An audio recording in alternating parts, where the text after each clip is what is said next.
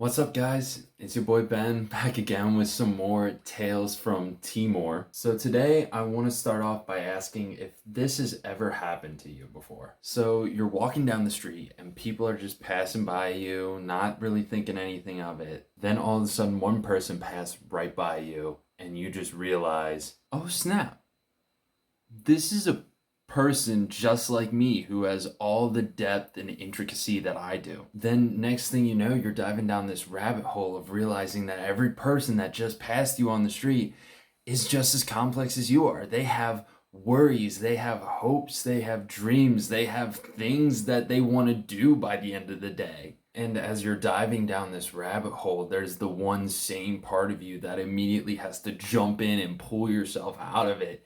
Because if you kept thinking like this, you would drive yourself into an existential crisis. Has that ever happened to you?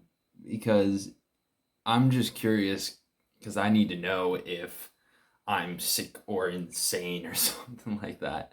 However, I feel like this is something that is pretty common with people. Because as much as we like to pretend that we're the protagonist of our own story, in all reality, we're just one of 7 billion people out there in the world. And that's what's so interesting about coming all the way out here to East Timor is that I realized that these people that I'm living with and interacting with on a daily basis had their own lives before I came here, and they will long after I am gone from here. Which seems kind of obvious when I say it. I mean, you're probably just sitting there thinking, well, yeah, Ben, duh. However, I feel like people don't actually wrap their head around this as well as they could, because in all actuality, we've only lived our lives through our own eyes.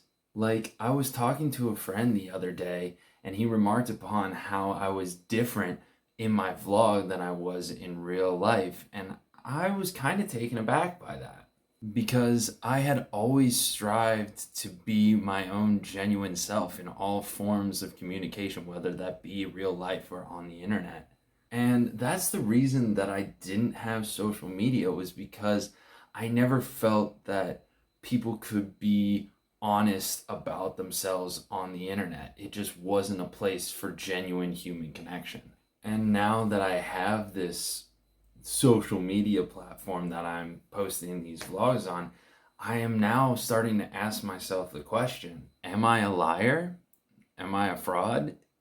Is this entire thing just some dishonest way of making myself feel better? And as I've struggled with this question in my head for the past week, I've come to the realization, no, social media isn't lying to you.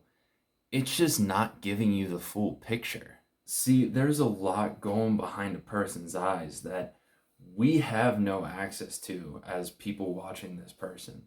And I've kind of come to the realization that when we try to extrapolate who a person is through their social media, it's a lot like trying to put a globe on a 2D surface. See, for those of you who don't know, when you try to put a globe on a 2D surface like a map, it always ends up becoming distorted. That's why no maps are actually accurate of the world. The only way to see the world perfectly is through a globe. And that's why Canada and Russia seem so much bigger than they actually are. I mean, those countries can be fit within the upper part of Africa because Africa is just so big. And it's the same thing with social media. I mean, eventually, at some point, if you keep trying to make these extrapolations about somebody through their social media, you're going to get distortions because, again, it's extremely difficult for us to fully wrap our head around how complex other people are.